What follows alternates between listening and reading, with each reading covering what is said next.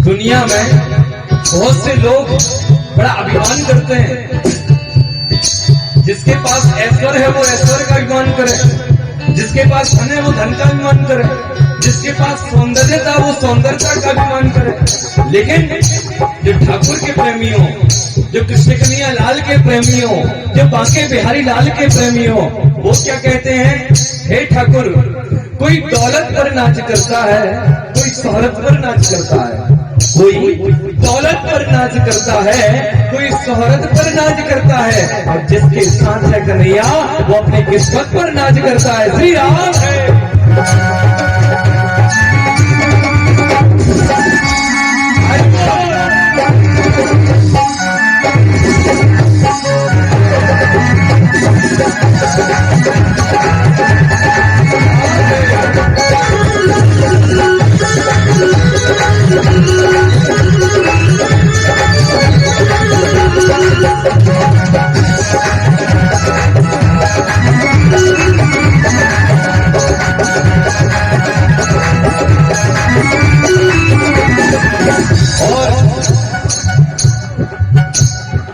ठाकुर जी के भक्त है ना, और जिसने प्रभु की भक्ति करी है वो इस चीज को बहुत अच्छे से समझ पा रहे होंगे, बहुत अच्छे से वो समझ पा रहे होंगे। जिन्होंने ठाकुर से सच्चा प्रेम किया है, कन्हैया से सच्ची भक्ति करी है, वो बड़े अच्छे से समझ रहे होंगे। क्यों?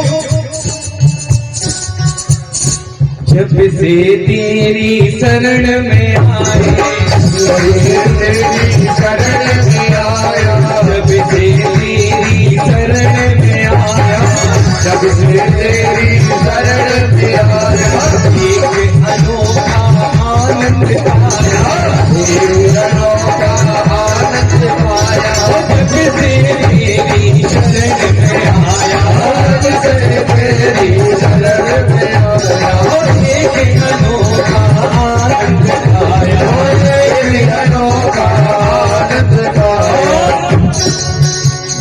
मिट गई आज मिट गई, मिट गई आज मिट गई, मिट गई चिंता सारी, हवा से मेरी गाड़ी तू जाने तेरा काम, तू जाने तेरा काम जाने, तू जाने तेरा काम जाने, तू जाने तेरा काम जाने, तू जाने तेरा काम जाने। गाली मेरी गाड़ी तू जाने तेरा काम जाने, हवाले मेरी गाड़ी तू जाने तेरा काम जाने। ठाकुर के हवाले गाड़ी कर रखी है, दोनों हाथ उठा के। राधे राधे, जय राधे राधे, जय राधे राधे, जय राधे राधे, राधे राधे, राधे राधे, राधे राधे, राधे राधे, राधे राधे, राधे राधे, राधे राधे, राधे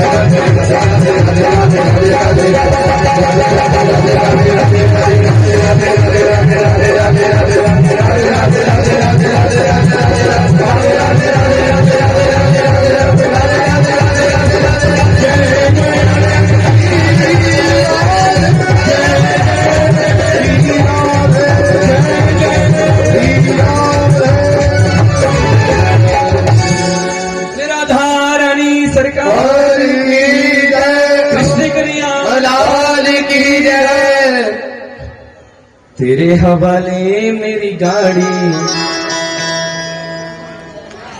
और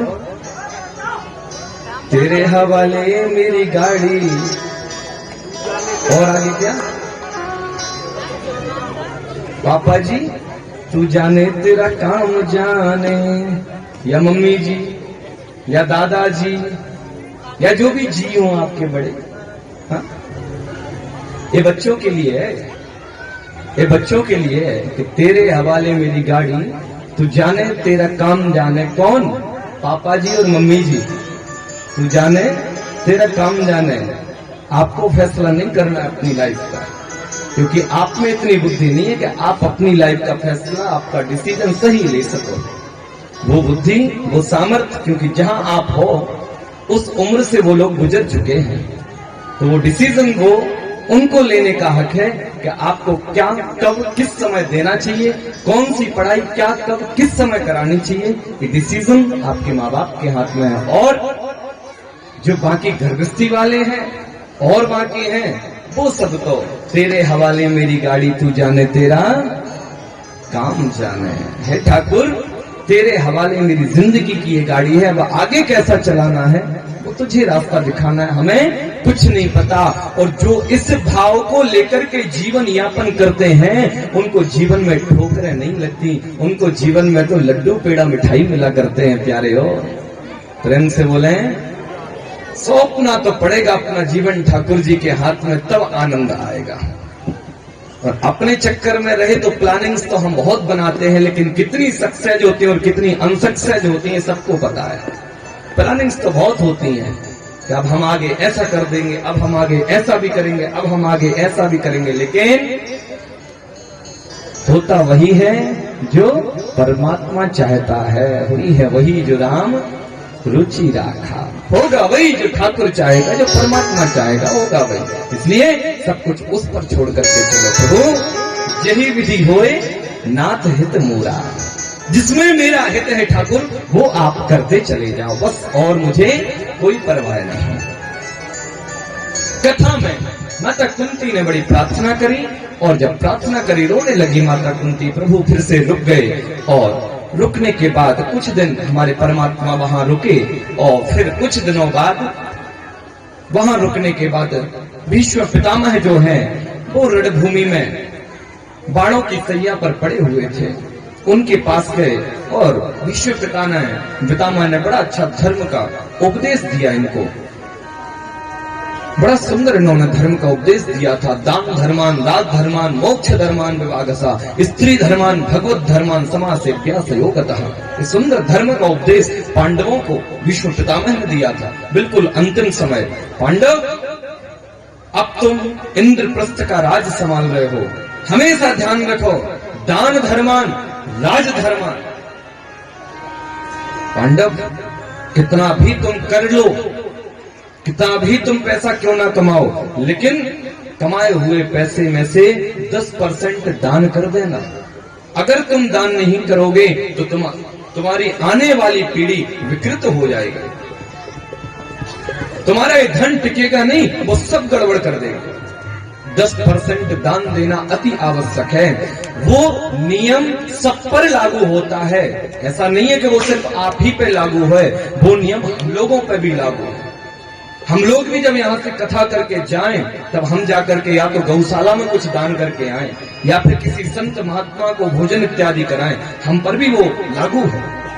अगर हम आपसे सीधा दान दक्षिणा लेकर के जाते हैं तो वो भी धन हम बचा नहीं सकते, वो भी धन हमारी पीढ़ी दर पीढ़ी को विकृत कर देगा, गड़बड़ कर देता है। हमारा भी दायित्व है कि हम उस दान को कहीं कुछ परसेंट, 10% हम दान कर दें उस धन के लिए, हमारा भी बनता है। तो पांडवों दान धर्मान, दान की शिक्षा ग्रहण की, 10% हमें दान कर देना चाहिए। अब वो दान का नियम जो है वो आपके ऊपर निर्भर करता है, जिसमें आपकी श्रद्धा हो उसमें आप दान करें। जैसे कि आप सब लोग मिलकर के, और प्रवीण जी यहाँ पर परीक्षित के रूप में विराजमान है, परीक्षित के पद पर विराजमान है और दान दे रहे हैं, वो दान 10% का वही दान है। अब जिस प्रकार का दान होगा उस प्रकार का कार्यक्रम, और नहीं तो फिर ठाकुर जी की कृपा तो है ही है प्रवीण जी को, तो कोई ऐसी बात है ही नहीं। प्रेम से बोले राधे राधे। लेकिन 10% का दान अति आवश्यक है, और इसमें कोई ईर्षा नहीं, कोई द्वेष नहीं, एक दूसरे के प्रति कोई ईर्षा नहीं रखना है। ये नहीं है कि नहीं वो तो प्रवीण जी ने बुलाए हैं व्यास जी, तो हमें क्या मतलब, वो जाने उनका काम जाने, ऐसा नहीं है। 10% का दान आप इस भागवत महापुराण में करके इसको और भव्य और दिव्य बना सकते हैं, और भव्य और दिव्य होगा।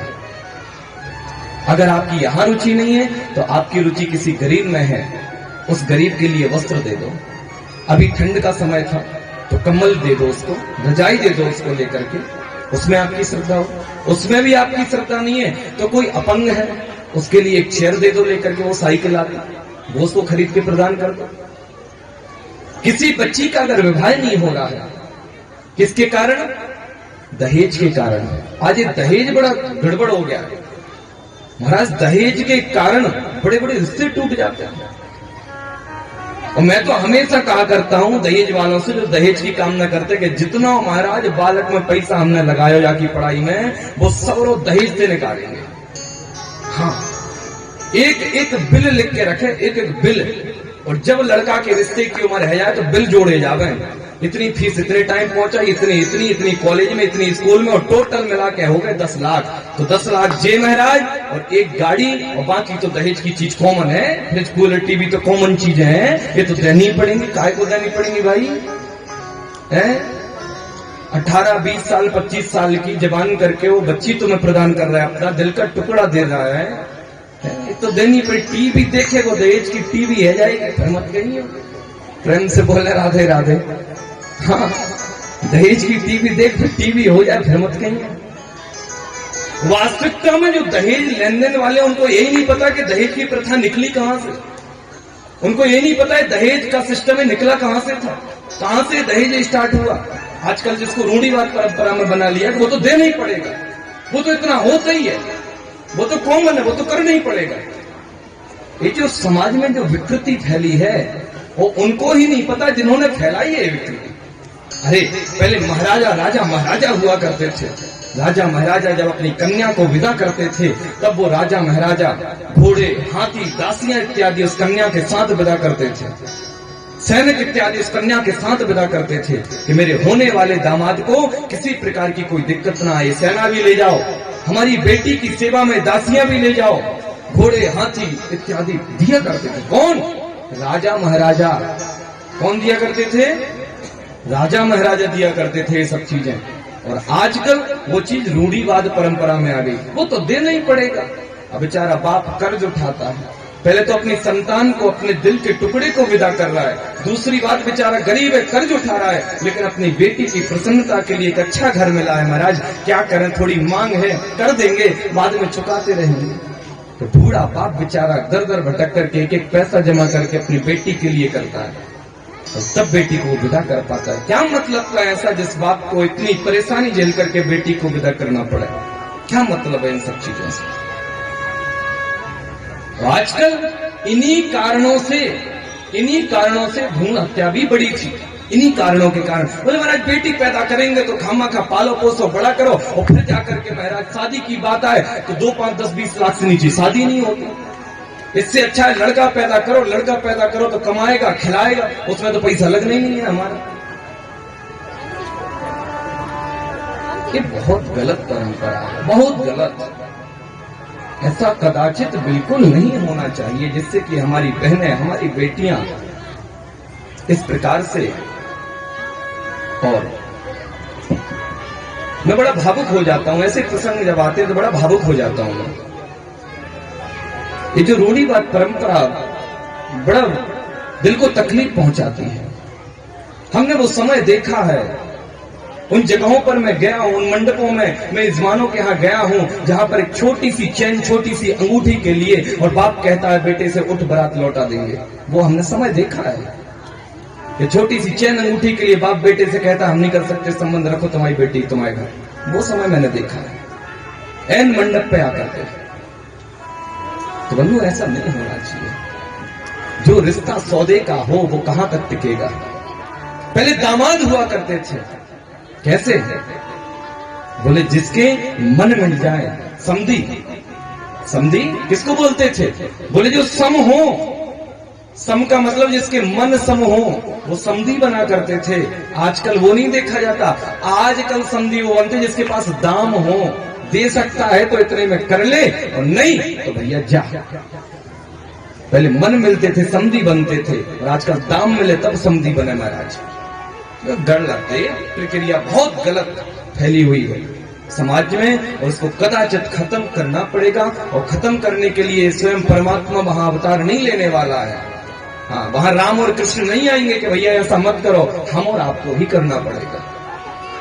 बिल्कुल मत करो उस घर में अपनी बच्ची की शादी जहां पर धन के लोग भी बैठे हों, बिल्कुल मत करो, साफ मना कर दो। तेरो छोरा तेरे घर रख, हमें कदाचित नहीं करना हमारी बच्ची का रिश्ता। जो भी व्यक्ति से रिश्ता करोगे, हमेशा कुछ ना कुछ चाहिए घरों से, पूरी जिंदगी चाहिए महाराज। प्रेम से बोले राधे राधे। इसकी लोभ की जीव हो, उसको तो चाहिए कुछ ना कुछ, कभी खट्टा तो कभी चटपटा।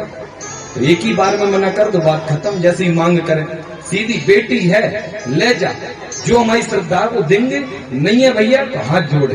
प्रेम से बोले राधे राधे, जोर से बोलेंगे। बजाओ तो थोड़ा जोर से बजाया करो, आलसी बने रहते। आइए पुनः कथा में लौट करके दान धर्मान, दान की नीति बताई है विष्णु पितामह ने। राजधर्मान, युधिष्ठिर राज्य में सैनिकों को, जो तुम्हारे सैनिक हैं, जो तुम्हारी प्रजा है, उनको पुत्र मानो, उनको नौकर नहीं मानना है, वो पुत्र हैं। दान धर्मान, दान दो। राजधर्मान, सैनिकों को, प्रजा को पुत्र की तरह मानो। और मोक्ष धर्मान, राज्य में इतने बिजी ना हो जाओ कि अपने मोक्ष के बारे में भी तुम ना सोच सको। अपने मोक्ष के बारे में भी सोच के रखना, मतलब पूजा पाठ में भी बैठना अति आवश्यक है राजा। पूजा पाठ, सत्संग, कथाएं सुनना न भूलना, हमेशा सुनते रहना है, हमेशा धर्म करना है। और स्त्री धर्मान, विशेषतः फिर आ गई वही बात घूम के, स्त्री धर्मान, स्त्री का हमेशा सम्मान करना है युधिष्ठिर। ये कोई मनमुखी बात नहीं है, भागवत की बात है जो अकाट्य सत्य है। स्त्री धर्मान, स्त्री का हमेशा सम्मान करना। जिस घर में स्त्री का सम्मान नहीं है युधिष्ठिर, वो घर पतन की तरफ चला जाता है। स्त्री नौकर नहीं है, स्त्री तो महाशक्ति है। स्त्री कोई घर की नौकर नहीं है कि जैसे तुम चाहो वैसे चल पड़े। स्त्री तो महाशक्ति है, महाकाली है, महाजगदम्बा है, सिंह वाहिनी है अगर अपने स्वरूप में आ जाए तो। स्त्री घर की नौकर नहीं है। स्त्री सिर्फ प्रेम की भूखी होती है। अगर आप प्रेम है तो स्त्री आपका हर कार्य करेगी, और अगर तुमने धुतकारा, फटकारा, ललकारा तो स्त्री तो जो करे वो करे, परमात्मा उससे पहले सब खत्म कर देगा। प्रेम से बोले, एक हमारा ही धर्म ऐसा है जहां स्त्री को नतमस्तक हुआ जाता है। एक हमारा ही धर्म ऐसा है, कोई धर्म ऐसा नहीं है जहां पर स्त्री को दंडवत किया जाता हो, स्त्री को प्रणाम किया जाता हो। हमारा धर्म है, भाई अपनी बहन को प्रणाम करता है, माँ को बेटा प्रणाम करता है, बड़े बूढ़े दादा दादी को हम सब प्रणाम करते हैं। एक हमारा धर्म है जहाँ देवी की पूजन होती है, और किसी धर्म में देवी की पूजन नहीं होती है। हमारा धर्म है, हमारे धर्म पर हमें नाज है जहाँ पर हम देवी की पूजा करते हैं, देवी को महाशक्ति मानते हैं। तो ये माताएं महाशक्ति हैं, जब तक अच्छे से रखोगे तो आपके लिए बहुत अच्छी हैं। अनसुईया है, देवहूति है, कौशल्या है, और जब गड़बड़ हो जाए तो ये सिंह वाहिनी है, महाकाल का है। हाँ, प्रेम से बोले राधे राधे।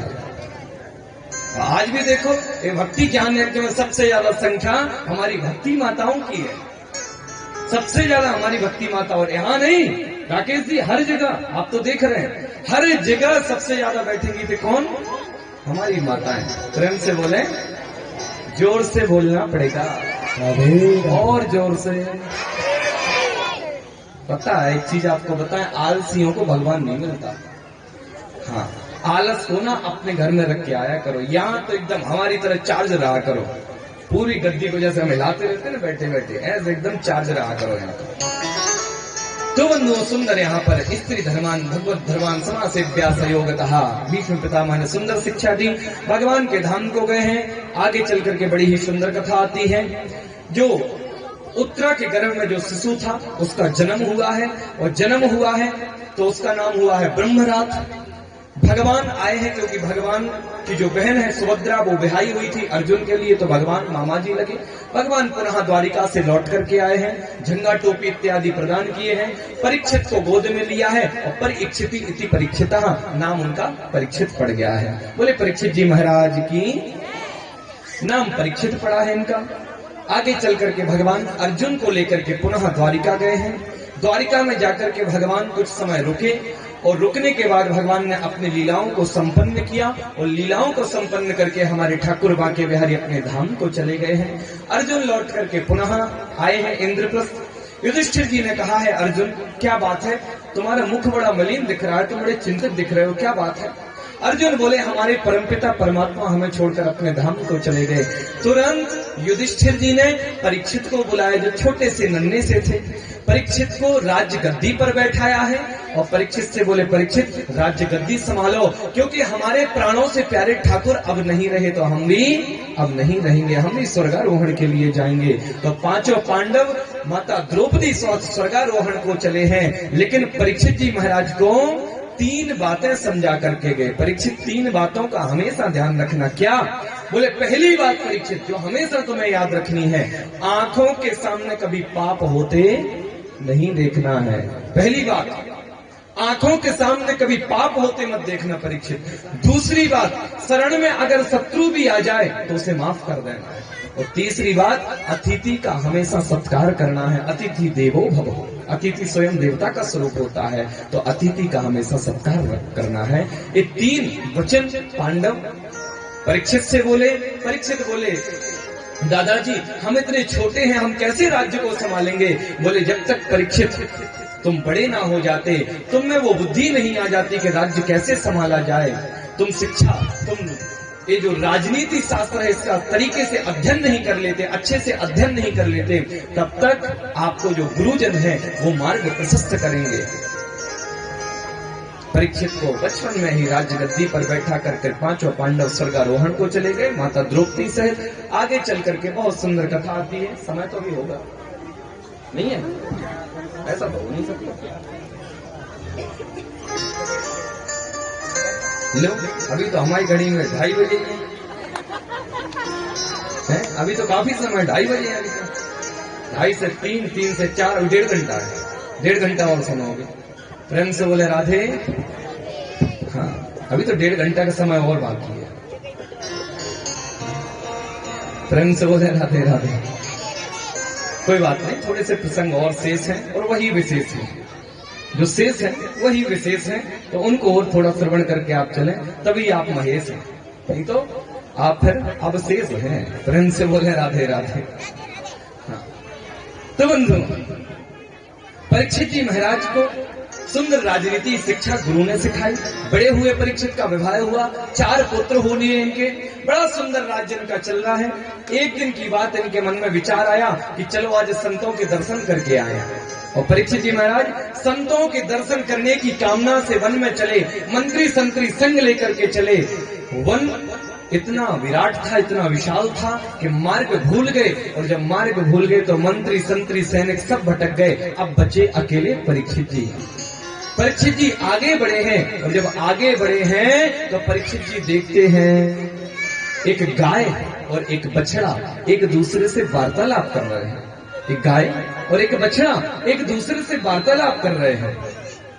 जो बछड़ा है उसके 3 पैर कटे हुए हैं। कितने? किसके? बछड़ा जो है उसके 3 पैर कटे हुए हैं, एक पैर से वो खड़ा हुआ है। जो गौ माता है उनके आंखों में आंसू है, वो रो रही है। अब जो वृषभ है, जो बछड़ा है, वो गाय मैया से कहता है माँ तुम क्यों रोती हो? अच्छा तुम इसलिए रोती हो क्योंकि मेरे 3 पैर कटे हुए हैं, इस दुख के कारण आप रो रही हैं। गौ माता कुछ ना बोले। परीक्षित पेड़ के पीछे छुपे होकर के सब सुन रहे हैं, देख रहे हैं।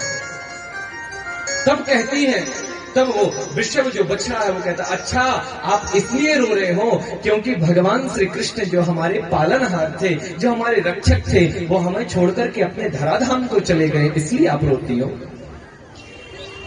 गौ माता कुछ ना बोली, और जब कुछ ना बोली तब वो कहते हैं अच्छा माँ आप इसलिए रो रही हो क्योंकि मेरे 3 पैर कटे हुए हैं और मैं दुखित हूँ, इसलिए आप रो रही हो।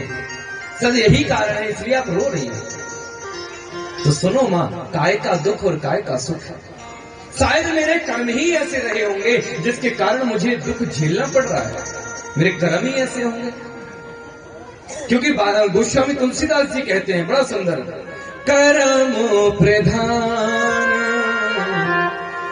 विश्व रुचिरा था, कर्म प्रधान विश्व रुचिरा का, कर्म प्रधान विश्व रुचिरा का, जो जैसे करही सो तस फल चाखा, जो जस करही सो तस फल चाखा, जो जैसे करही सो तस फल चाखा।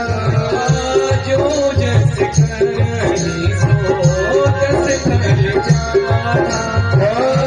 और मां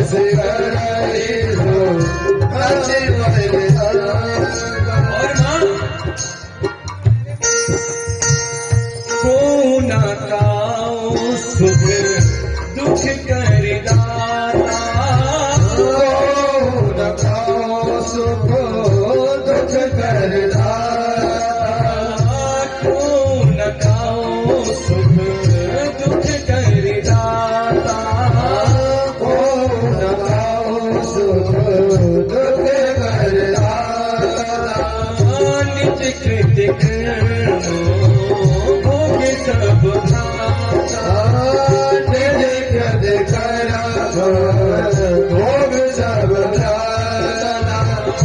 निज कृत कर्म भोग सब दाता, निज कृत कर्म भोग सब दाता।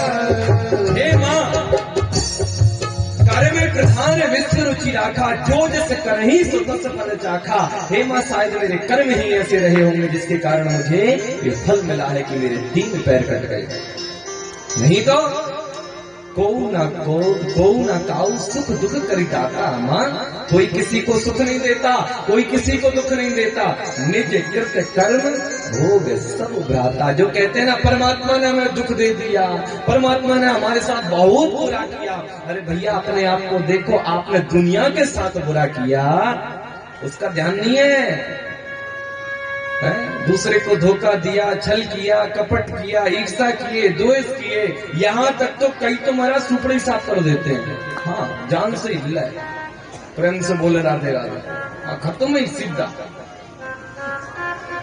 तो बोले जैसे कर्म है उसका भोगना पड़ता है। हाँ सुख दुख की बात रही तो कोई बड़ी बात नहीं है, सुख दुख ये मन की कल्पना ही सुख और दुख है। मन के मारे मार और मन के जीते जीत, मन ही मिलावत राम से और मन ही करत अजीत। माता ये सब जो चक्कर है ना इस मन का है, जिसको मान ले वो दुख है, जिसको जान ले वो सुख है। आप इस पांडाल में बैठे हैं ना जो बिछाई पे, शायद घर पे बैठो तो ये गड़ने लग जाए बिछाई, घर पे बैठे हैं तो शायद गड़ने लग जाए, लेकिन पंडाल में आनंदित हो रहे हो तो वो गड़ नहीं रही है। और जिसको गड़ रही है, इतने लोग बैठे हैं, किसी को तो गड़ रही है, किसी को नहीं गड़ रही है। क्यों? बोले किसी ने तो भैया सुख समझ रखा है कि भागवत सुन रहे हैं, आनंद ले रहे हैं, और कोई अरे कब तक और एक गुरु जी बोलेगा, जल्दी पूरी कर दे, हम उठ जाए। वो बड़े दुखित बैठे हैं बेचारे। तो काय का सुख, काय का दुख। हाँ सुख और दुख कोई ज्यादा बड़ी चीज नहीं है, ये हमारी मन की कल्पनाएं है। सुख और दुख, जो हम सोच ले वो सुख है, और जो हम सोच ले वो दुख है। तो मां सुख दुख कोई बड़ी बात नहीं है। एक इंसान को डल्लप के गद्दे पे, डबल बेड पे, डल्लप के गद्दे पे, एसी रूम में लग रहा, पूरी रात बेचारे को नींद नहीं आती। बेचारा नींद की गोली खा खा के सोने की कोशिश करता, फिर भी नींद नहीं आती। दूसरा एक किसान रात्रिकालीन वेला में पानी लगा रहा है खेत में, नींद आई और सिर हाथ का तकिया लगाया और मेड़ पे सो गया, चकाचक नींद आई महाराज। एक को एसी कमरे में नींद ना आए और दूसरे को खेत की मेड़ पे महाराज नींद आ गई। क्या सुख और क्या दुख है? किसको सुख कहेंगे, किसको दुख कहेंगे बताइए? इस सब मन की कल्पना है। सुख और दुख कोई चीज नहीं होती, सब हमारे मन की कल्पनाएं हैं। जिसको मान ले वो सुख है, जिसको मान ले वो दुख है। तो मां ऐसी भी कोई बात नहीं है। वो बच्चा गौ माता से बात कर रहा था, इतने ही में ही एक काला पुरुष आया जो काले वस्त्र धारण किए हुए चमचमाती हुई तलवार लेकर के आया, और जो एक पैर बचा है उस बछड़े का, उस पैर को भी काटने के लिए उद्युक्त हुआ। परीक्षित ने यह दृश्य देखा, परीक्षित दौड़ पड़े, और दौड़े जैसे ही परीक्षित को उस कली ने देखा, तुरंत चरणों में गिर गया। और पांडव परीक्षित से कह के गए थे, शरण में शत्रु भी आ जाए तो उसे माफ कर दो। तुरंत परीक्षित ने अपनी तलवार को म्याद में लिया, गौ माता को प्रणाम किया, उस वृषभ को प्रणाम किया, और प्रणाम करके तुरंत कहा, मां मैं समझ गया आप दोनों कौन हैं। आप स्वयं धर्म हैं और आप स्वयं धरा हैं। आप स्वयं धर्म हैं हे वृषभ देव, हे बछड़े, आप स्वयं धर्म हैं, और हे माता आप धरा हैं, आप पृथ्वी हैं। बंधुओं, धर्म के 4 चरण होते हैं, धर्म के 4 पैर होते हैं। कौन कौन से 4 पैर होते हैं? पहला पैर जो धर्म का है वो है पवित्रता। कौन सा? कलयुग ने सबसे पहले, जब कलयुग की एंट्री हुई धराधाम पर, तो सबसे पहला पैर काटा पवित्रता। कलयुग में पवित्रता खत्म हो गई। हो गई है नहीं? घर में कितने पवित्र रहते हैं हम, गांव में तो फिर भी बचा है, थोड़ा संस्कृति बची है हमारी, वेद वेदांत के द्वारा चलते हैं व्यक्ति। लेकिन सिटियों में देखो, वही चप्पल महाराज मार्केट घूमे आए, और वही चप्पल रसोई में घूमे आए, और वही चप्पल महाराज संदास में घूमे आए। काय की शुद्धता, काय की शुद्धता, उन्हें कोई मतलब नहीं। खड़े खड़े महाराज फूंस रहे हैं। अरे हम कोई पशु हैं भाई? खड़े खड़े कौन खाता है बताओ? कौन खाता है खड़े खड़े? पशु ही न खाते, हम कोई पशु हैं? लेकिन ये सब बाहर का कल्चर आके उन्हें बफर सिस्टम, कितना बेकार होता है उस बफर सिस्टम में। देखो बफर सिस्टम, वो डोंगा वाली जो दावत, कितना बेकार होता है बेचारा, कितना अन्न फिरता है इसमें। लेकिन महाराज देखो, वो तो होना चाहिए। हाँ, वो नहीं होगा तो फिर मजा नहीं आएगा। हमारे रेपुटेशन भी बहुत है समाज में, बहुत जरूरी है। अन्न फेंके, अन्न देवता जाए चूल्हे में, हमारी जरूरी है वो। हाँ बस प्रेम से बोले राधे राधे। मैंने तो कह रहा कि भैया मेरे ब्याह में मैं तो वृंदावन से समतन की 2 बस भर के ले जाऊंगा बारात में। 2 बस समतन की लगाओ पंगत, और चलने दो आलू को झोल और सब्जी, प्रेम से आलू को झोल और पूरी चकाचक चलने दो। हाँ, न दही भल्ला, न बालूशाही, और न दुनिया भर का ठटकरम का मटर पनीर और जे पनीर और वो पनीर। संतों के लिए तो चकाचक पूरी और आलू को झोल। क्यों भाई गोपाल? प्रेम से बोले राधे राधे। हाँ, और संतों की दावत में क्या चिट्ठी होती है वृंदावन में? चिट्ठी, वो चिट्ठी तुम बंटवा दो, 1000 संत खड़े कर लो, जितने संत चाहिए बोल लो तैयार, चलो। हाँ, 50-50 दक्षिणा दो, आनंद आशीर्वाद और देके जाएंगे, और ये खा जाएंगे और खाए के मेरा चिरा जाएंगे, खाऊ जाएंगे और खाए के लेके जाएंगे। कहा रसगुल्ला में ज्यादा चीनी डाल दी, चाशनी गड़बड़ कर दे, मटर पनीर में पनीर है ही नहीं, पनीर का ही में तो रसा ही रसा हो सब। दाल में दाल का है, पानी पानी हो। दाल तो डुबकी निकाल के हमने दाल निकाली, डुबकी लगाई, दाल है ही नहीं, दाल ही। तो खा जाओ और चिरा जाए, ऐसे आदमी को का बुलाए महाराज। या तो अच्छे संतन ने ले जाओ, तो आलू को झोलो, पूरी चलन दो, चका अच्छा एकदम प्रेम से बोले राधे, खाएंगे और आशीर्वाद दे के जाएंगे। तो बंधु, कथा चल रही थी। सबसे पहले प्रथम चरण कटा पवित्रता, धर्म का। कलयुग ने पहला पैर काटा पवित्रता, पवित्रता खत्म हो गई। दूसरा जो पैर था वो था तप। आज के समय में तप कौन करता है? 10 मिनट भी बैठे तो महाराज बड़ा घुटने में दर्द है, बहुत दर्द है, जाके पैर न फटी बीमारी वो का जाने पीर पर आई। महाराज अभी तो तुम छोटे हो, बड़े हो जाओ जब पता पड़ेगा घुटने का दर्द क्या होता। अभी तो तुम छोटे हो ना, बड़ी बातें बना देते हो कि तप करो तप करो तप करो। पहले महात्मा कितना बैठा करते थे? हजारों साल एक समाधि में बैठ जाते थे। तो पहले तप भी था। तो कलयुग आते ही दूसरा चरण धर्म का कटा, क्या? तप। पवित्रता भी काट दिया, तप भी खत्म। तीसरा जो चरण है वो है दया। क्या कलयुग में दया रही है अब? है? अब तो मैं, अब तो माता, बस कैसे जल्दी अब कथा हो जाए, जानो। हाँ, अरे भैंस की आवाज यूं तो कहा जावे, नाम तो बुलावती होगी है, भैंस नाम तो बुलावती होगी। कोई बात नहीं, 5 मिनट की कथा और शेष रह गई है, इसके बाद फिर चलेंगे आगे आरती के क्रम में। अभी ज्यादा टाइम वैसे हुआ नहीं है, लेकिन आप लोग कहते तो बंधुओं, एक और थोड़ा सा प्रसंग है, आप सुन लो, इसके बाद फिर जो है छुट्टी, आज की स्कूल यहीं पर छुट्टी करेंगे और क्या। तो तृतीय जो चरण वो दया। दया भी आज के समय में नहीं रह गई। रोड पे एक्सीडेंट हो जाए, वो पड़ा रहे, कोई टच नहीं करता उसे। क्यों? अरे बोले टच करेंगे तो पुलिस केस ना हो जाए वहीं पर। तो दया भी खत्म हो गई। चतुर्थ चरण सिर्फ एक चरण पे अब धर्म खड़ा है। वो बछड़ा कितने चरण पे खड़ा था? एक चरण पे, सिर्फ एक पैर पे धर्म खड़ा है। और उस पैर को भी कलयुग काटने को पहुंच ही गया था। अगर परीक्षित ना पहुंचते वहां तो उसको भी वो काट देता। और वो एक कौन है पता है? धर्म का जो एक पैर बाकी रह गया वो कौन है पता है? धर्म का एक पैर जो बाकी रहा वो है दान। धर्म के 4 चरण होते हैं। धर्म के 4 चरणों में पवित्रता, तप, दया और दान।